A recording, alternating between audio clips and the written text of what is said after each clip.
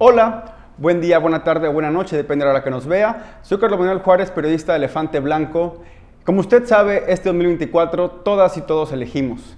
¿Qué elegimos? A la persona que será la nueva presidenta o presidente de México, también a los representantes en el Congreso de la Unión, la Cámara de Diputados y Cámara de Senadores, las personas también que estarán al frente de los ayuntamientos de Tamaulipas, los 43 ayuntamientos, y pues tampoco es menor los quienes estarán en las diputaciones locales en el Congreso de Tamaulipas, donde, lo hemos dicho, ahí se juega una parte de la gobernabilidad y de los contrapesos a nivel estatal. Pero este día, en esta serie de entrevistas que hemos estado haciendo dentro de nuestra cobertura especial de Elegimos, pues recibimos en el estudio de Elefante Blanco a David Cordero Herrera, el candidato al Senado por el Partido Movimiento Ciudadano, quien hace fórmula con Andrea García, quien estuvo también ya aquí en este estudio. Y pues David Cordero Herrera, mejor conocido en redes sociales como Lic D'Acord. ¿Cómo estás, David? ¿Qué tal, Carlos? ¿Cómo estás? Bien, mucho bien. Gusto y muchas gracias por la invitación. David, de preguntarte de inicio, ¿por qué aceptaste, por qué buscaste la candidatura al Senado? Bueno, pues parte todo de un contexto de entre redes y el trabajo que ya llevaba yo en internet, ¿no?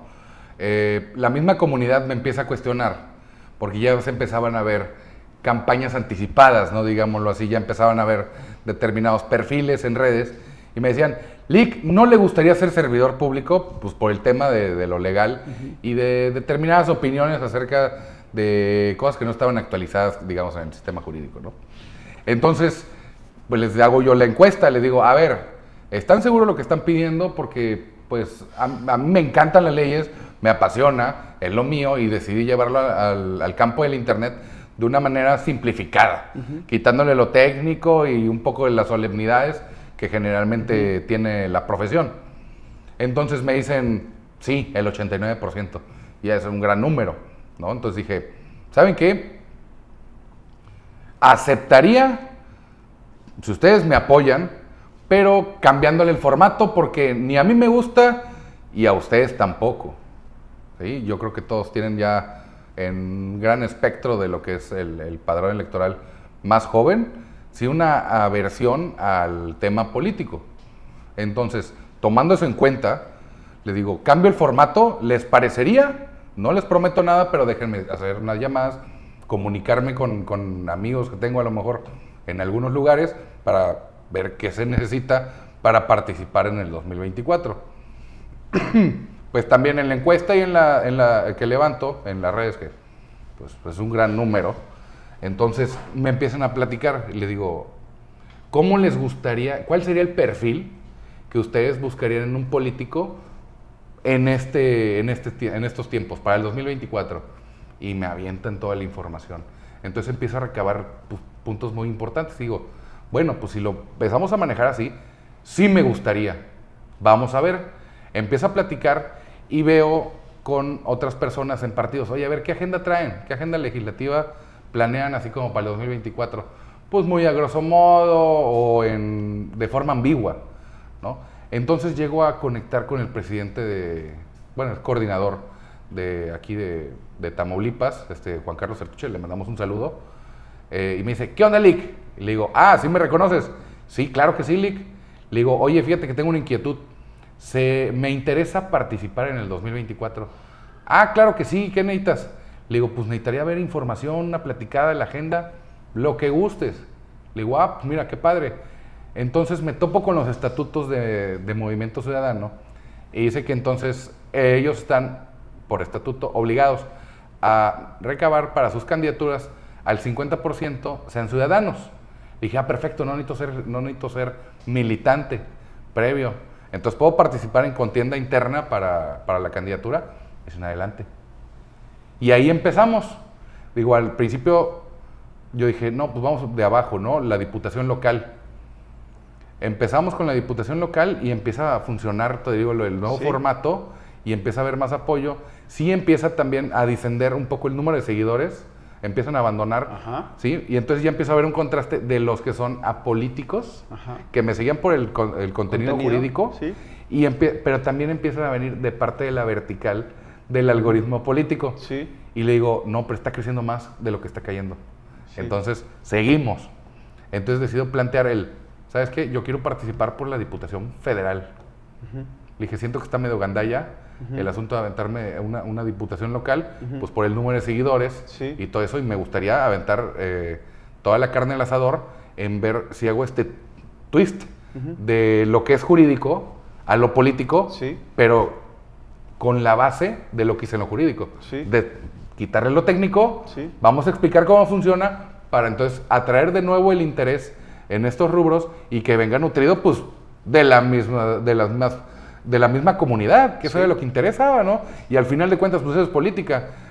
Simplemente el hecho de aquellos que hablan de los problemas o ideas en su comunidad. Entonces, hablar de la polis, ¿no? Entonces dije, está padre regresarlo al origen, ¿no? Es como el foro. Si el foro lo tomamos como que es el internet, y obviamente la simpatía de las personas conforme a los temas que vas tocando y las rectorías que le vas dando a diferentes temas, pues dije yo, va a funcionar.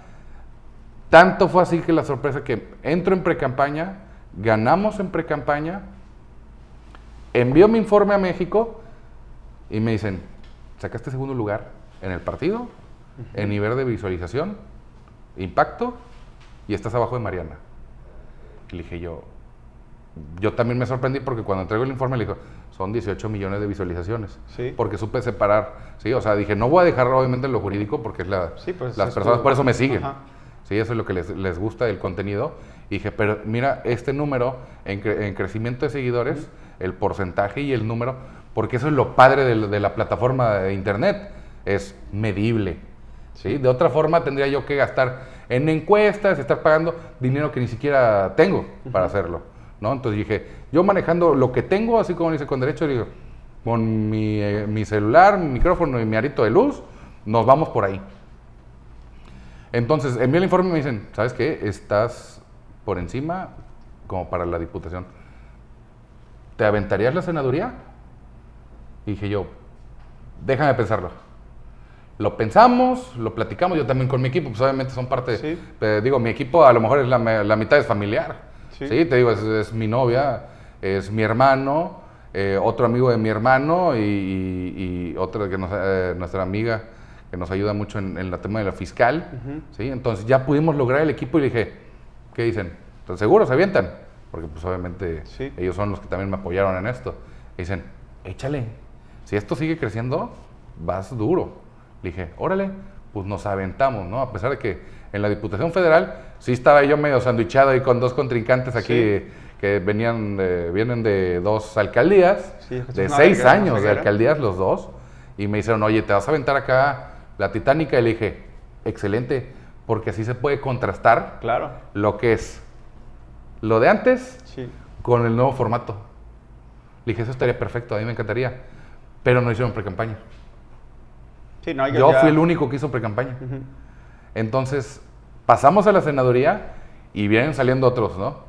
Los otros candidatos de todos los partidos, y le digo, pues a ver, o sea, mi campo es el del internet y vamos a poder contrastarlo de lo que es una campaña con recursos de una que solamente está haciendo uso de lo que tiene, ¿no? Que era lo de las redes y poder medirlo, a ver cómo llegan los alcances.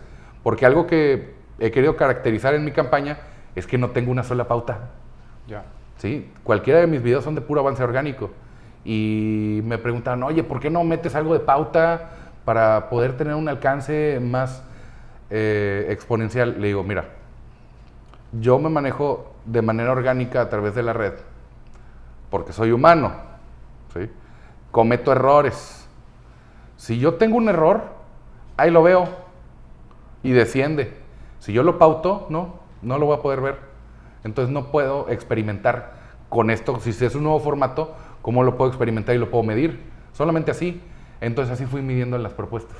¿Aceptaste porque te lo pidió tus seguidores y tus seguidoras, o aceptaste porque realmente también tenías un interés, digamos, de participar en política? Pues mira, yo creo que también parte de lo jurídico, y cualquier estudiante de derecho te va a decir, claro, si se me brinda la oportunidad de participar en política, le entro. Pero también el gusto por el litigio, las leyes, el estudio, porque ocupas mucho tiempo de estudio, pues era sacrificar algo que me gusta hacer. ¿sí? Y ahora más que tengo esta vertiente del contenido en internet, porque también te brinda una retroalimentación brutal. Algo que yo tenía problemas a veces en la universidad de decir, ok, pues los maestros me dicen estas materias, pero los asuntos, los casos, ya digamos a lo específico, decía yo, en mis momentos de estudio, ¿cómo lo voy a poder llevar a cabo? Entonces, ¿qué mejor que las personas haciéndote las preguntas? Porque entonces llega una pregunta, por más extraña que sea, y te va a crecer la duda de, ¿será legal o no? ¿Sí o no? ¿Cuáles serían los límites de esto? Sí. ¿No? Entonces, a mí me gusta mucho esa rama como el estudio, de estarle investigando desde históricamente y todo eso, y encontrarlo. Y al toparme con la política, también es, ¿cómo sería el solucionar este problema si lo puedes hacer jurídico? Y eso es lo que te pone a funcionar obviamente el ratoncito y decir, encontrar la línea y decir, aquí. Y le digo, el problema aquí yo lo veo más que nada a las nuevas generaciones no les gusta el formato viejo de la política, ¿cómo lo podemos hacer nuevo? Y que funcione, que atraiga la atención, para que entonces más personas se puedan involucrar en esto y tener una retroalimentación más sincera al respecto, porque pues encuestas, le digo, la encuesta funciona para un determinado segmento de la población, ya sabemos cuál es, ¿sí? Los jóvenes, aquí en Tamaulipas, le digo, fui a un foro en una universidad, encantado de acudir, pero la primera pregunta que le hice antes de empezar a hablar, mucho gusto, me presento, no sé qué, digo, ¿alguien de aquí fue encuestado? Ni uno levantó la mano. Le digo, fíjense cómo están fuera del plan. Porque cómo se les tomó en cuenta. Le digo, siendo que ustedes ya son más del 30% de la población, cualquier inquietud o plan que tengan de aquí a futuro no fueron contemplados. Porque ustedes no van a contestar un teléfono desconocido. ¿Sí? Cualquier joven de Tamaulipas que haya crecido aquí en los años que tuvimos en cuestiones de violencia y todo, nadie va a contestar un teléfono. Menos. Y una encuesta, gastarle 5 minutos, no le contesten a sus papás. ¿Sí? Le digo, a un desconocido menos. Le digo, entonces, ¿cómo va a ser encuestado? Entonces, ¿ese gobierno para quién es? Le digo, si el chiste es que el gobierno se nutra de la diversidad de grupos que existen dentro de la sociedad y entonces retomarles la propuesta a cada uno para que entonces tengas un gobierno plural. Sí. Si no lo tienes, entonces, ¿para quién estás gobernando? Estás gobernando para un determinado segmento de la población, para un 30% de la población. Y lo difícil es gobernar para el 100%. Entonces yo dije, si yo puedo gobernar el 100% con las propuestas de todos, porque es muy distinto preguntárselas en la calle o preguntárselas de alguna otra forma, digamos, tras el telón de la red, es muy sincero y muy corto. ¿Sí? Es, quiero esto, quiero el otro, no me gustó esto, no me gustó el otro. Le dije, y teniendo este motor que yo ya tenía en redes, que ya son más de 8 millones de personas, ¿sí? Que sí, a lo mejor son hasta de Latinoamérica. Sí. Pero la retroalimentación, ya hago las propuestas, fíjate cómo se ve, hago las propuestas y le digo, estas son las bases, nada más, para que más o menos vayan entendiendo. Ahora quiero las propuestas de ustedes, échenlas. Y entonces empiezo a conformar, ¿no? Obviamente por prioridad a número de personas, ¿no?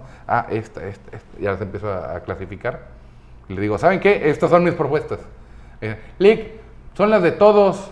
Le digo, sí. Pero esa es la diferencia, es que yo no me voy a centrar en esto, que puede ser el primer eje, ¿no? Los primeros ejes, sino que vamos a especificar cómo. Porque todo el mundo habla de la propuesta genérica, pero no dicen cómo. Le digo, y ese es donde está el debate, ahí debería ser el debate de idea, de, oye, ¿cómo vamos solucionando todos estos problemas? Ya todo el mundo sabe cuáles son los problemas de México. Sí. David, tú eres un poco para que la gente, digo, todos te conocen, pero creo que valiera mucho la pena. Eres egresado eres abogado, egresado de la Facultad de Derecho y Ciencias Sociales de la Universidad Autónoma de Tamaulipas. Desde junio de 2020 fuiste egresado. Fuiste socio fundador de GMC Asociados y bueno, ¿te consideras cuánto por ciento del 100, cuánto abogado, cuánto influencer, cuánto político? Mira, yo creo que de abogado te puedo decir 100%. O sea, familiarmente desde bisabuelos, todos en derecho. Bueno, mi bisabuelo firma la Constitución, es parte del constituyente del 17, ¿no? Mi abuelo, leyes. Papá, leyes. Yo, leyes. Mis otros hermanos, leyes. Entonces, pues nos enseña, obviamente, la doctrina del derecho a pensar de una determinada forma, base a lógica, razón. Sí. Eso ya es algo que te va construyendo desde chico y lo vas tecnificando conforme vas creciendo. Entonces yo te puedo decir, 100% abogado, influencer, pues es parte de lo mismo en la abogacía, porque obviamente cualquier abogado tiene una responsabilidad social, sí, pues, con su profesión y con las personas con las que está rodeado, porque pues, si eres el portador de un conocimiento y no está el servicio, pues sería inútil. Sí. ¿Sí? Hay mucha gente que dice, puedes guardar el conocimiento y puedes cobrar la consulta y pues sí, bravo, pero ¿de qué te sirve si no funciona? Si no convences, si no ayudas, no te sirve para nada. Y en política yo no me quiero considerar político. ¿Por qué no? Yo siento que ya el concepto de político en el contexto actual es otro sentido, ¿sí? Si lo vemos al nivel histórico, pues sí, el político aquel que gestiona para su comunidad y está hablando de los problemas y las ideas, pues sí, entonces ahí te puedes decir, ese político sí soy, pero el político en la colectividad de hoy, no. En una entrevista mencionabas que justo cuando se dio este tema que nos contaste al inicio de que tus seguidores te dijeron, éntrale a la política, que hablaste con varios partidos. O sea, que tú hablaste. ¿Qué te dijeron en Morena? ¿Te respondieron? En Morena tengo amigos y en la mayoría de los partidos, porque pues, salimos de la carrera de Derecho. Sí. Es muy difícil que de las generaciones que haya estado, y yo estuve en muchos salones, no estén adentro de algún partido o estén elaborando con uno u otro, ¿no? Sí llegué a platicar con ellos, pero les decía, ¿piensan elevar esto o están con las promesas que trajeron desde el principio y con más de la mitad o un poquito más no las cumplieron? Le digo, traen eso en contra, porque digo, aquí en la carne asada, sí, con los amigos, pues ahí es donde te abres a ver, o sea, aquí ya sin tema de que fuera a haber micrófonos o una cámara, dime la neta, o sea, ¿piensan terminar de cumplir lo que hicieron o no? Dice, pues es que no, realmente se trata de proponer otra vez el segundo piso, ¿no? Dicen, el segundo piso, el plan C, y yo les pregunto, para que sea un plan. Un plan. Un plan es una serie de procedimientos para llegar a un objetivo. Le digo, ese no es un plan, es una acción. ¿Sí? Le digo, si tú me muestras el plan, yo te digo, va. ¿No? Entonces le digo, ¿sabes qué? Yo siento que por ahí van un poco descendiendo. ¿Sí? En otro partido, el partido azul, pues no hay gente joven. Es muy raro. ¿Sí?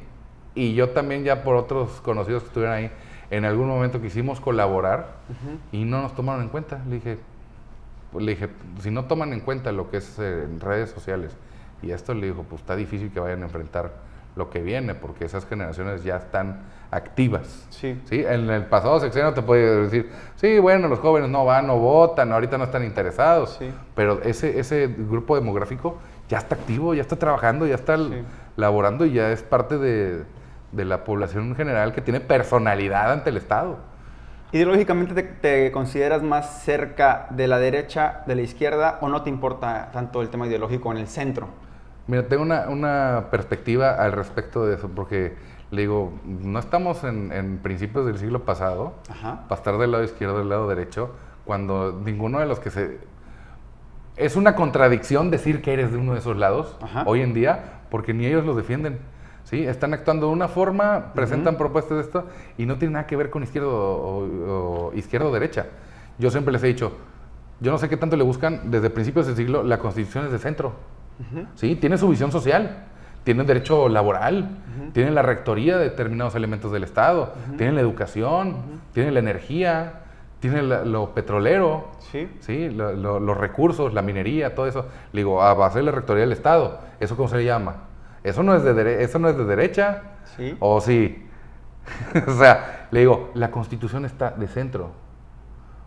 ¿Sí? Y tiene su elasticidad, para eso tiene esos congresos, para inclinarse a un lado u otro. Podemos decir que hubo muchos presidentes en este país que algunos se inclinaban más hacia la derecha y otros hacia la izquierda, pero nunca en la totalidad. Era más lo que me gusta a mí la filosofía de sé como el agua, adáptate, no puede ser así de rígido. Ni va a haber de derecha, ni va a haber de izquierda. Tienen que acoplarse al contexto. ¿Sí? Tienen que tener esa elasticidad, como la misma ley y la Constitución prevé, tener esa elasticidad para que sea perdurable, para que dure y llegue a quedarse en el país. O sea, es, ¿cómo llamarle? Ese estatus de constitución está hecho flexible para que perdure, nada más. Que me gustaría profundizar en esto más adelante, pero justamente para ti, ¿qué es el tema de la nueva política?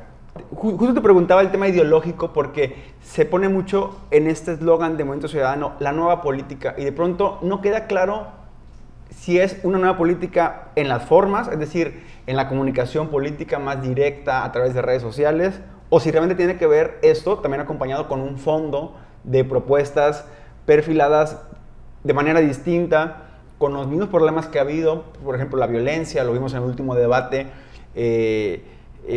pues sí, un poco se reflexiona, inclusive yo lo dije en un post-debate que participé, pues es impresionante que Morena o que Claudia Sheinbaum, que es de izquierda, prometa cosas como seguir con el militarismo, que es algo, se supone, más afín a la derecha, ¿no?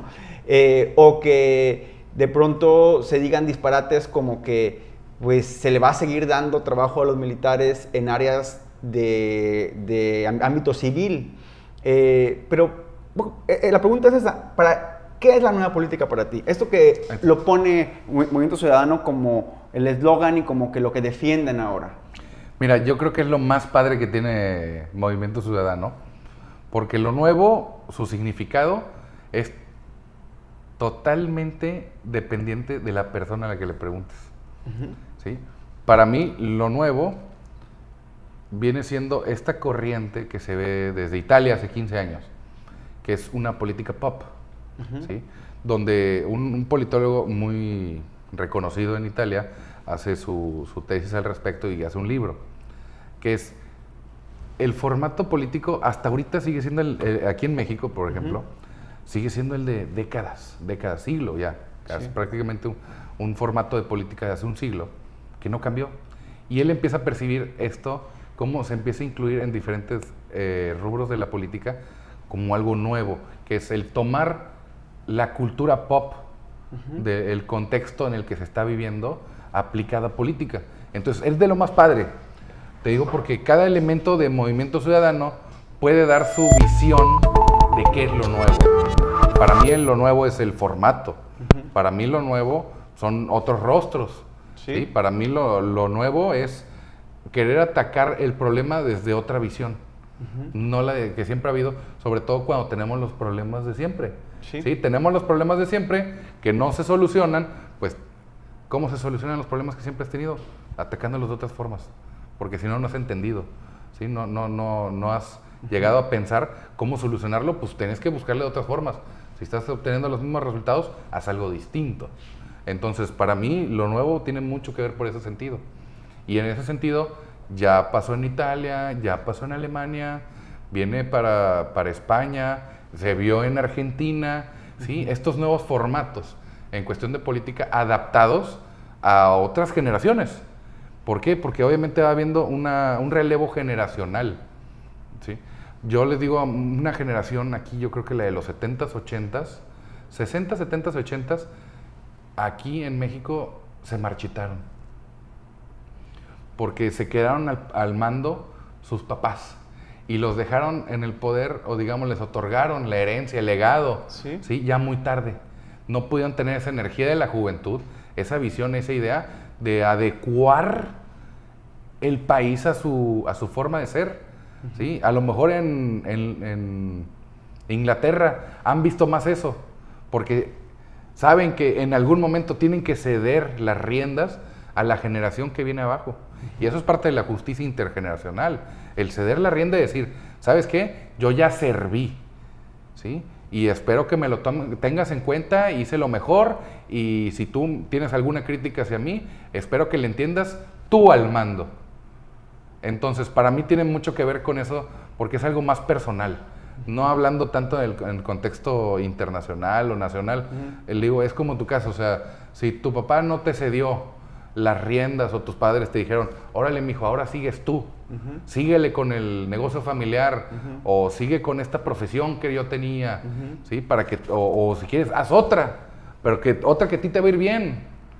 ¿Sí? Para llevar ese avance, esa evolución, hay de repente generaciones que a lo mejor la ambición les hace retener, o la falta de confianza en las generaciones venideras, les hace retener el poder y dejan marchitar sus juventudes, ¿sí? Si vemos los grandes cambios a través de la historia, que me encanta, por cierto, es un tema, me encanta la historia, puedes ir analizando los grandes cambios que se vivieron en el mundo. Y en el siglo pasado fue una generación que decidió hacer algo nuevo y una generación antecedente que dijo, toma las riendas, hazlo, ¿sí? Hazme sentir orgulloso de lo que vas a hacer. Por eso muchos me dicen, oiga, Lick, es que ¿cómo puedo yo convencer a estas personas de que pues, de lo que usted dice, de lo nuevo? Le digo, déjalos, ya son más los jóvenes, ¿sí? Tú lo que necesitas es platicar con tu generación, tener una idea y tener una programación para llevar algo a cabo.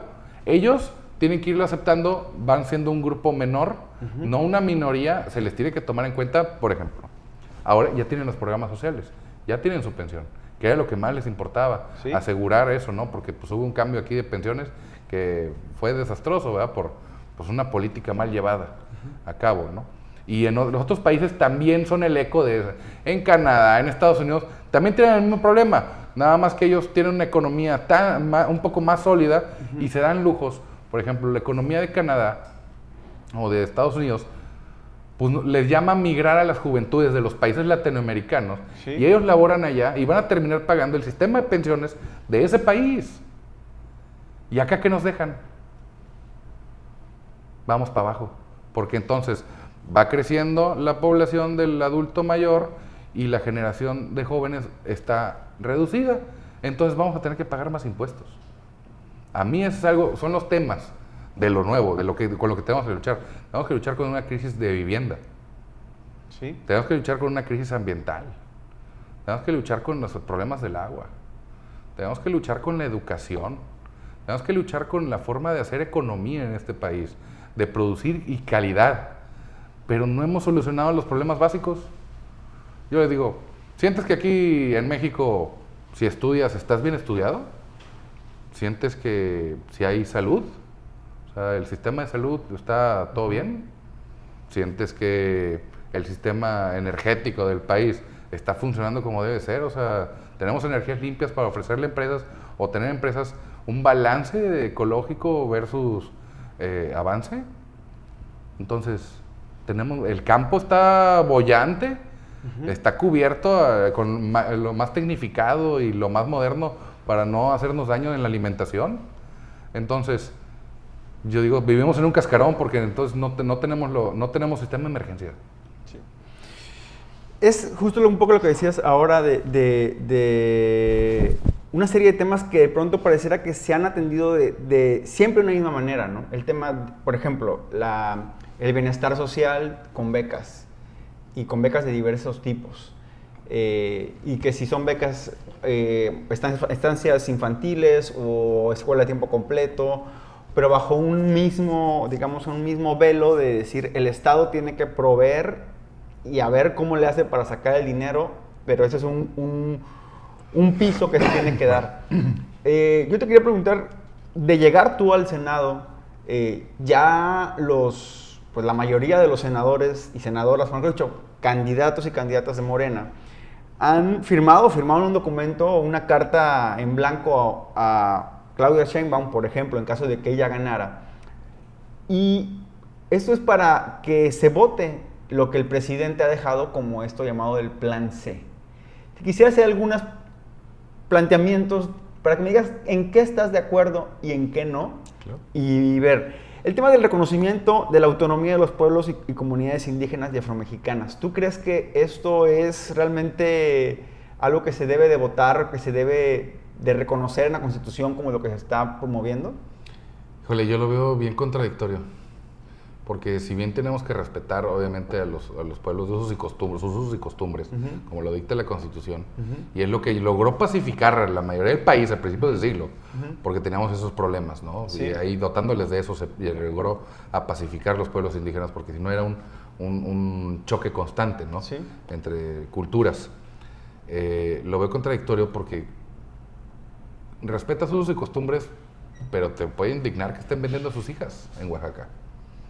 O que los maestros no quieran dar clases. Y ahí ya no funciona el amparo, ¿no? Que es pedirle a la autoridad que intervenga porque hay una violación de derechos humanos. Entonces, yo creo que el ser así de ambiguo es lo típico, ser ambiguo, ¿no? Es, vamos a respetar a los pueblos indígenas. Yo lo respeto, o sea, el respeto es una cuestión cultural, no es una cuestión de mandato. ¿Sí? Si tú me dices, hay que respetar esto. No hay que, o sea, a mí no, tolerancia, para mí la tolerancia es algo que incluso te puede llegar a enfermar. Para mí es el respeto, ¿sí? Lo respeto completamente y entiendo su cultura. Pero si no estás de acuerdo con el orden jurídico, de lo que creemos en la mayoría que está bien, y tú estás haciendo algo mal, como andar vendiendo una niña, yo no te lo voy a permitir. ¿Sí? Si esa niña sale de tu área, de tu jurisdicción de usos y costumbres, con permiso, tiene que ser protegida por el Estado. ¿Sí? Porque es como proteger a alguien que sale de un Estado que está en una dictadura, ¿sí? Matando por X o por Y, y toque la bandera de otro país y decir asilo político. Es exactamente lo mismo, nada más que a menor escala. Entonces, para mí es muy ambiguo. Es ambiguo, se tendría que ver, ¿tú crees que tendría claro que y tendría que haber cláusulas. Pero no tengo problema porque eso es lo que yo digo. Si quieren promover algo así, échame las cláusulas, porque eso es lo que hay que discutir. El presidente ha dicho que hay que proscribir el maíz transgénico y la extracción de hidrocarburos mediante fracking, y tampoco las minas a cielo abierto.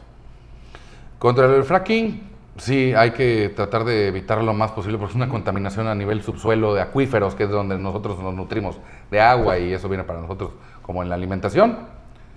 Y en cuestión del maíz transgénico, pues mira, es lo que ahorita se trató de evitar y en cuestión de fertilizantes.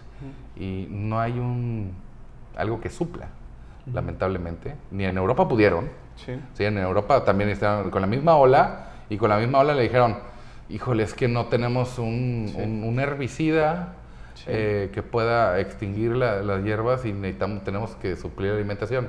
¿Sí? Para mí tendría que haber un consenso en que no se puede ser orgánico. Mira, he hablado con productores y dicen, mira, güey, lo orgánico está muy padre, güey, toda la ondita y todo eso, pero cuando se trata de hacerlo a gran escala, colapsamos.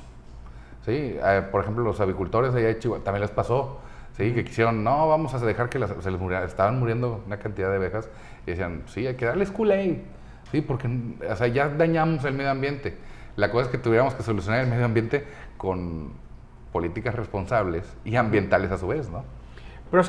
Prohibir el comercio de vapeadores y drogas químicas como el fentanilo, penalizar el delito de extorsión y de igual un delito fiscal ejercido por la delincuencia de cuello blanco, dice, por el tema de las factureras. ¿Crees que esas acciones, porque son varias acciones, los vapeadores y las drogas químicas y el tema de la extorsión, que ya ahora se mencionaba como delito que va tremendamente a la alza, se busca que sea un delito pues, mucho más penado, más arriba, más fuerte, y también el uso de factureras? ¿Crees que esto pudiera arrojar algún bienestar en la población si se reforma y se endurecen las penas?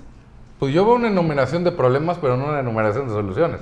Yo te podría decir, en cuestión de las factureras, bueno, pues eso ya depende obviamente de la autoridad fiscal, el que mejore sus mecanismos de investigación para dar con ellos. Igual para el fraude de extorsión, o sea, ¿dónde está la fiscalía buscando de oficio? Porque están buscando, primero, tú ven y denuncia y ya yo busco. ¿Sí? Pero entonces hay que modificar, obviamente, la ley, el que sea por parte de la fiscalía una cosa que sea perseguida de manera constante, porque yo siempre he dicho, al delito no lo vamos a acabar, nunca se ha acabado, ni la corrupción. En ninguna era, en ninguna etapa de ningún imperio, país, monarquía, se ha podido erradicar. Es algo que siempre se tiene que combatir y eso es constante. No se puede dejar, ahorita combatimos esto, al rato no. ¿Por qué? Porque otra vez vuelve.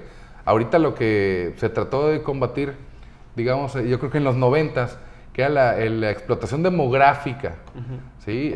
Había programas de planificación familiar, pues se dejó de hacer y mira, ahorita voy a las colonias y veo a la jovencita con 4 hijos, o sea, soltera, que no puede ir a buscar chamba, que está dependiendo de su mamá y que no tiene una estancia para dejarlos. ¿Sí? Y poder estudiar o trabajar. Y es una cantidad demográfica muy grande. Entonces ya empieza a generar problemas, focos de alerta en estos lugares porque está habiendo una explotación demográfica. Muchos niños ¿sí? Que no se le está dando ni la alimentación debida, ni la atención, ni la educación. Entonces, ¿qué estás generando? Estás generando tus próximos demonios. ¿Sí? Tú, en lo personal, uno cuando descuida una parte de su personalidad, ¿sí? Va obviamente a resurgir y va a convertirse en tu demonio de, ¿sabes qué? No cuidas tu higiene, pues te vas a enfermar. Así de sencillo. Entonces, ¿cómo es esto? Esto factureras. Pues de repente las combatimos y ahora yo digo que es el cambio de políticas y tendríamos que analizar verdaderamente a través de un sistema, hey, estos focos rojos son los que tenemos que empezar a atacar ahorita porque son los que vienen, ¿sí? Pero no podemos dejar de combatir estos. Yo te puedo resumir que la mayoría de los programas todos son exitosos y hay otros que son fracasados, pero tenemos que medirlos. ¿Cómo medimos el éxito de un programa? ¿Sí? Yo estoy de acuerdo en los programas sociales y creo que debería haber más, ¿sí? Pero el problema no es que haya más, es cómo los pagamos. ¿Por qué? Porque todos los vamos a pagar de nuestros impuestos. Lo que realmente necesitas es que no sea solamente el 30% el que pague impuestos. Necesitas que todos paguen impuestos para bajar el costo, sí, ¿no? En una lógica empresarial así sería. O sea, ¿qué queremos? ¿Más billete, más programas? ¿Quieren universidades? ¿Quieren educación? ¿Quieren salud? ¿Quieren el sistema de salud como lo tienen en Londres? Va. Pero entonces vamos a ponernos de acuerdo en todos y simplificar la forma de pagar impuestos en este país. Que esa es una que yo tengo aquí demandada por miles. ¿Sí? Es solucionar el problema de pagar impuestos porque necesito de una sabiduría inmensa o un conocimiento extra para poder pagarlos. Y yo los quiero pagar. No quiero que me lleguen de sorpresa a quitar mi patrimonio. Ni que me embarguen. Ni que me congelen la cuenta cuando estoy trabajando. ¿Sí? Quiero pagarlos. Pero que sea sencillo. Quiero que me digan, ¿cuánto es? Y yo te lo pago, te lo deposito, tac, tac, tac, te hago transferencia, listo. ¿Qué opinas del tema de la reforma al Poder Judicial? Yo creo que tal vez es uno de los temas que más... el presidente dice que los magistrados, los ministros, tienen que ser pues casi por voto como elecciones. Y es el tema central ahora, inclusive al final de las campañas, las acusaciones de que el ministro Saldívar tenía una red de corrupción, que la presidenta Norma Piña también tiene. ¿Qué opinas? Porque al final creo que lo que se queda en la sensación de la gente es, sí está la Constitución política de los Estados Unidos mexicanos, pero quienes están obligados a aplicarla hacen lo que quieren con ella. O sea, pueden ser el máximo tribunal del país, pero ahí se dan muchas resoluciones cuestionadas. ¿Qué opinas crees que es necesario reformar el Poder Judicial?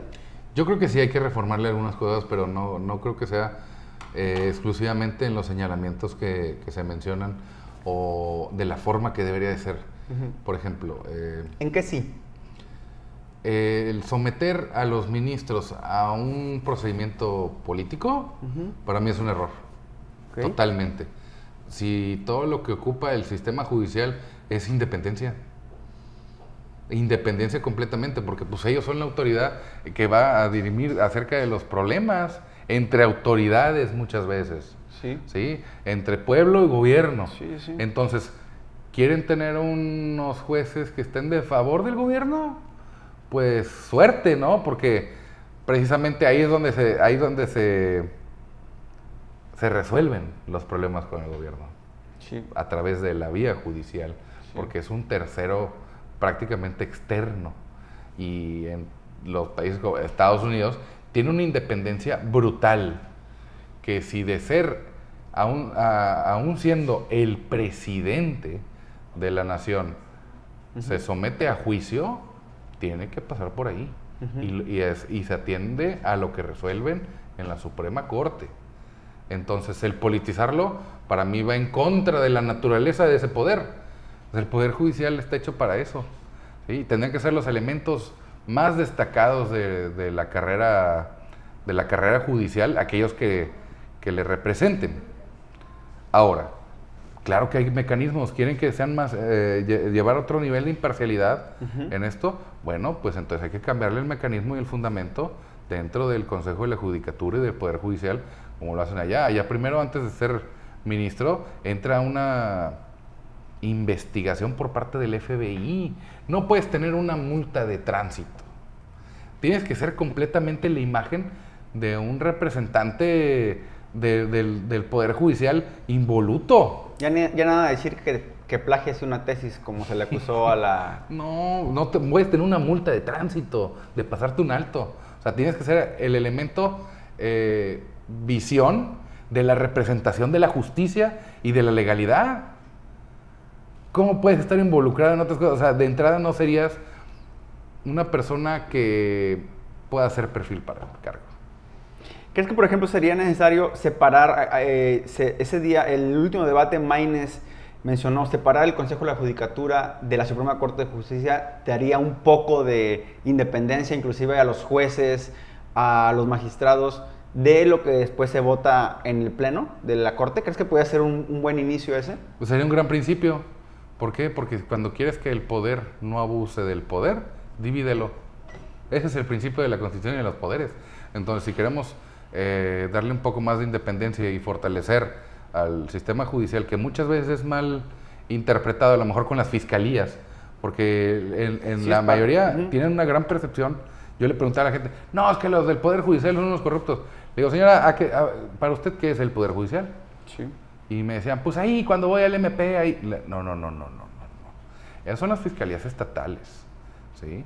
El Poder Judicial recae en los jueces de distrito, ¿sí? En la Suprema Corte. Le digo, la Auditoría Superior del Estado no ha tenido ni un solo señalamiento, al contrario, han sido económicos y son ejemplo para cualquier secretaría de Estado de este país. Le digo, ahí están los números, no pueden señalarles nada, porque lo han hecho bien. Tanto que sus fideicomisos precisamente estaban en ahorro y ellos de esa manera suplieron el asunto de pensiones, de medicamentos con esos fideicomisos. Es una forma muy inteligente. ¿Por qué no lo han hecho nosotros? Porque a lo mejor no tienen la independencia que tiene el sistema judicial. Pero pues ¿de qué se trata? ¿De envidia? O sea, si no tienes un señalamiento al respecto de su administración, ya quisiera cualquier gobierno no tener un solo señalamiento en cuestión de la Auditoría Superior, que es la encargada de revisar que estén las cuentas sanas. Entonces yo dije, pues ¿de qué me hablan? Le digo, creo que se están confundiendo un poco lo que es el Poder Judicial con lo que son los ministerios públicos o los juzgados de distrito, o sea, con los juzgados del fuero común, sí, que dependen del órgano, del Estado, sí, de la entidad federativa, no de la federación. Sí. También ahí, bueno, hay un debate intenso, ¿no? Sobre si en caso de que haya una reforma al Poder Judicial de la Federación, esto va a venir como a homologarse a nivel estatal. Digo, aquí lo hemos dicho en Elefante Blanco, muchas veces quienes son presidentes de los poderes judiciales pues en los estados o en este caso en el gobierno federal no, y es un contrapeso necesario, pero comúnmente sí son los que los presidentes o los gobernadores quieren colocar ahí.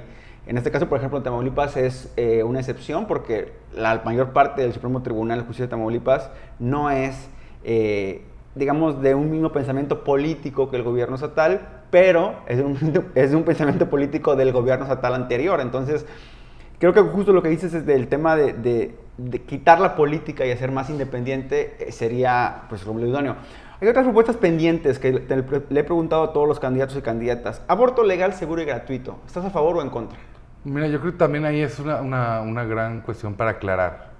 El aborto, pues hay diferentes tipos de aborto. O sea, hay unos que siempre han estado contemplados, ¿no? En caso de una violación, adelante, sí, es legal completamente.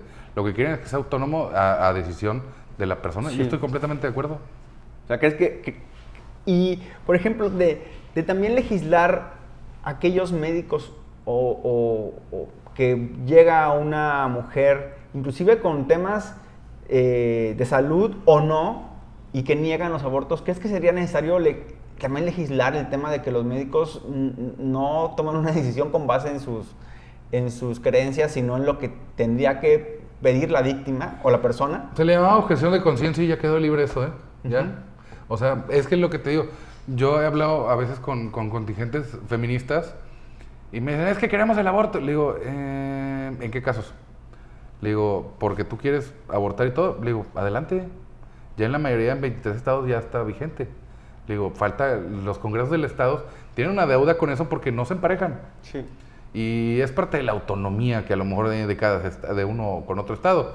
Pero le digo, pero pues bien puedes agarrar el autobús, irte al Estado de México y estás en 4 horas y todo, ¿eh? Sí. Ahora, hay muchos estados que dicen, no, porque si lo legalizamos va a ser esto un abortadero, va a haber muchos abortos. No, están los números. No es cierto. Ni se termina la demografía porque se permite el aborto. Nada, al contrario, lo que se trata es de brindar seguridad a una persona de que no lo vaya a hacer de manera ilegal en una clínica clandestina donde ahí sí ponga en peligro su salud, porque llega hasta la muerte y el 80% a veces terminan en infecciones, problemas sanitarios y demás que no deberían de ser así. Entonces, ni incrementa la incidencia de abortos, ni de embarazos que quieran aborto, ni nada de eso, ya está en los números.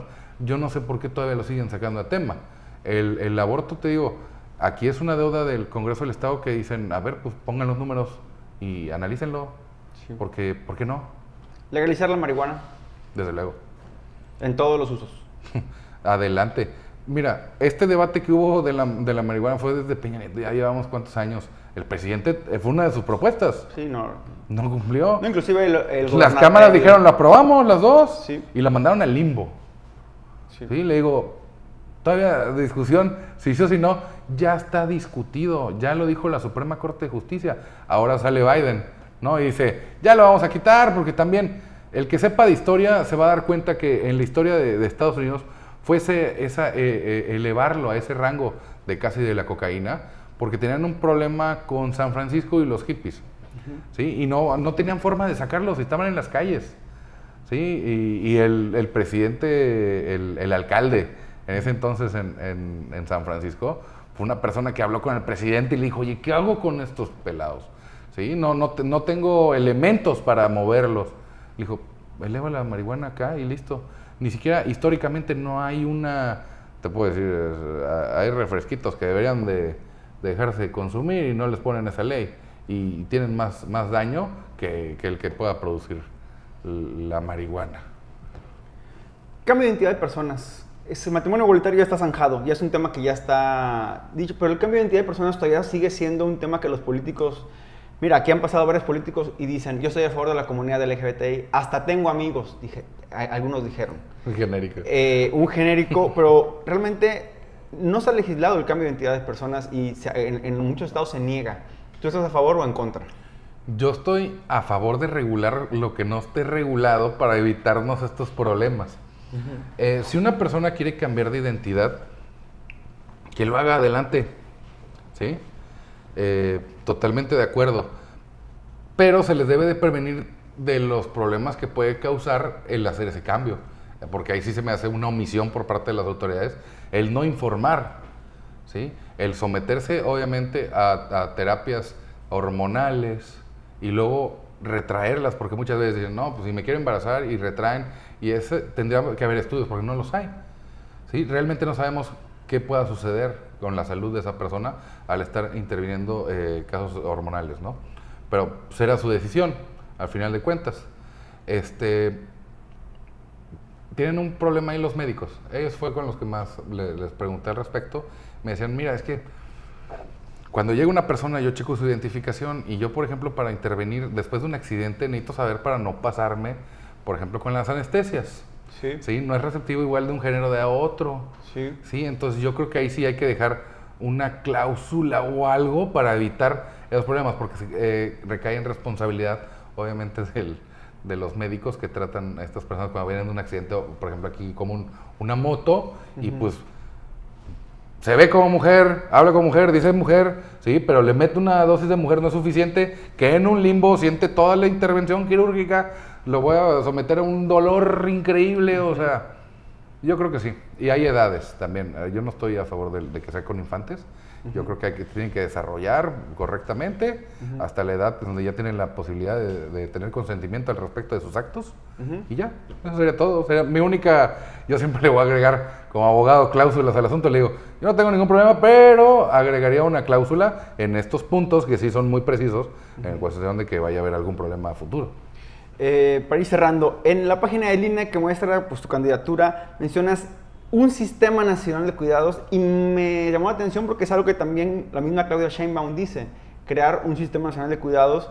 Tú amplías en tu propuesta a que sea para las infancias mujeres, o sea, de varias edades. ¿De dónde viene el tema de hacer un sistema nacional de cuidados? ¿Por qué es parte de tu propuesta? Pues el principio de equidad. Muchas veces se confunde con el término o concepto de equidad. Pues la equidad es precisamente al que está le resta valor, equipararlo para que sea entonces ya igualitario. ¿Sí? Entonces sí tiene que haber programas equitativos para nivelar la balanza. Pues obviamente un niño, a lo mejor por la ignorancia de los padres que tienen problemas de desnutrición, tenemos que apoyar eso. ¿Por qué? Porque ese infante es un futuro mexicano. ¿Sí? Si no quieres que a la larga venga a ser un mexicano con problemas de salud que al final de cuentas va a ser carga del sistema, ¿sí? Porque pues, por cuestiones de recursos se tiene que tomar en cuenta eso.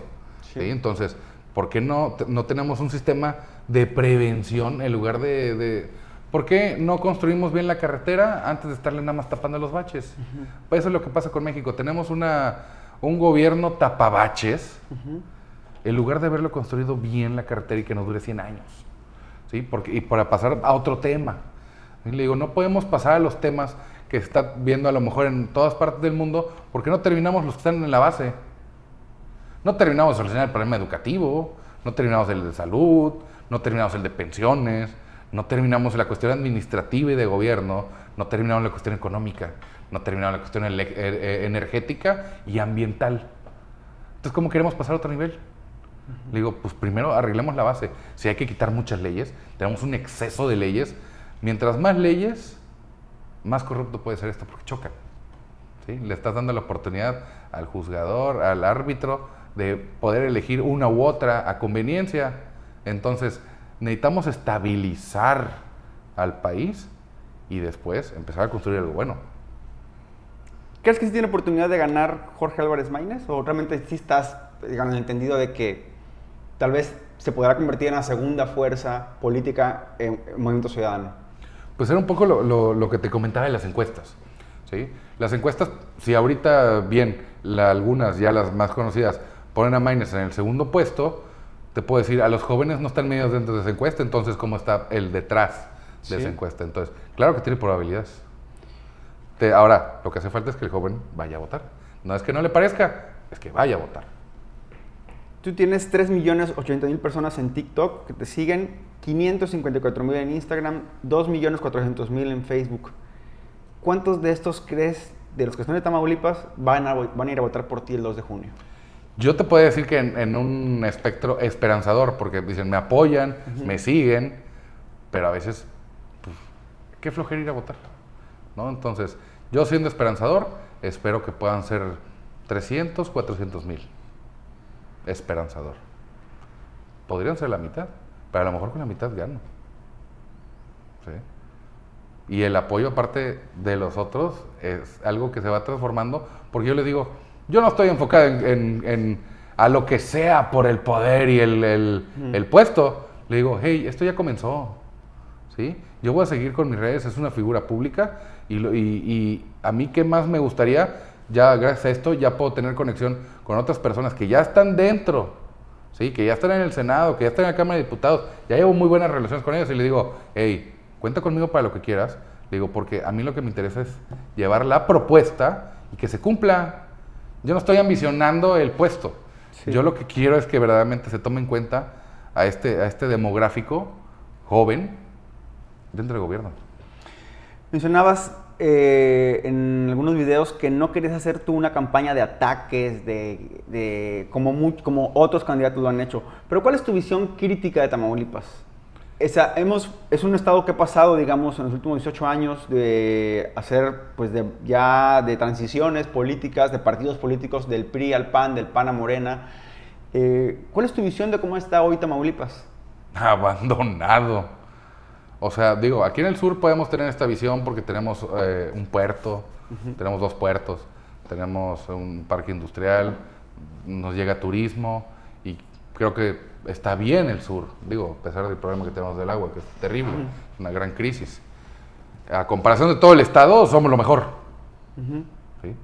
Pero pues, me gustaría que todo el estado estuviera así. Ciudad Victoria, no ninguna sorpresa. Matamoros, Reynosa. Los demás municipios, ¿qué se ha hecho ahí? Ya ni sabemos porque no vamos. Porque algunos se puede ir y otros no. ¿no? O quién sabe cómo esté, nos rifamos. Y el campo, yo no veo que la gente joven se esté quedando. Entonces, yo le digo, bueno, si no quiere, los jóvenes podría ser su opción. Pero le digo, y también para las señoras, le digo, porque si no quieren ver que sus hijos se van al otro lado, o van al centro, o van a Monterrey, o van a otros lugares, porque aquí no hay, que es la realidad, pues es que hay que empezarle a poner atención aquí. Hay que ponerle atención a Tamaulipas para que Tamaulipas se desarrolle y deje de ser patio trasero de Texas, porque es la realidad. Este es el patio trasero de Texas, ¿sí? Y de aquí aspiran a vivir en Texas. Ahora resulta, y le digo, ¿no han visto que en otros lados los americanos están viniendo para acá porque acá hay calidad de vida? ¿Sí? Le digo, que ya vienen a retirarse, a jubilar o a trabajar por computadora, porque sí. Tijuana no encuentras un departamento, ¿sí? Por toda la migración. México, ve la zona, la Roma, está lleno de americanos. Entonces, ¿por qué se vinieron? Les pregunto. Calidad de vida. México tiene calidad de vida, tiene mejores alimentos, tiene paz. Entonces, y yo veo aquí que los jóvenes, no, yo me quiero ir para allá, para el otro lado, para ganar más. Y la calidad de vida, entonces vamos a tener que poner en la balanza. ¿Quieres ganar bien o tener calidad de vida? ¿En dónde hay más hate? ¿En la política, en las redes sociales o en los juzgados? Está buena esa. Hay cosas muy distintivas. Yo le digo, en la política está el celo político. Es que él trae muchos seguidores porque es del internet. Le digo, pues sí, pero fíjate por qué. Sí, no es porque esté haciendo bromas, ¿no? Muchos me... Es que el influencer, ¿no? Y me han hecho varios, ¿no? De que, el influencer, y prácticamente me mencionan como si fuera yo influencer. Y le digo, pues yo no es un concepto que yo utilice. Le digo, yo soy un abogado que se puso a dar consejos acerca de lo jurídico en internet. Ahora se le dice creador de contenido. Sí. Le digo, pero soy abogado, no lo voy a negar.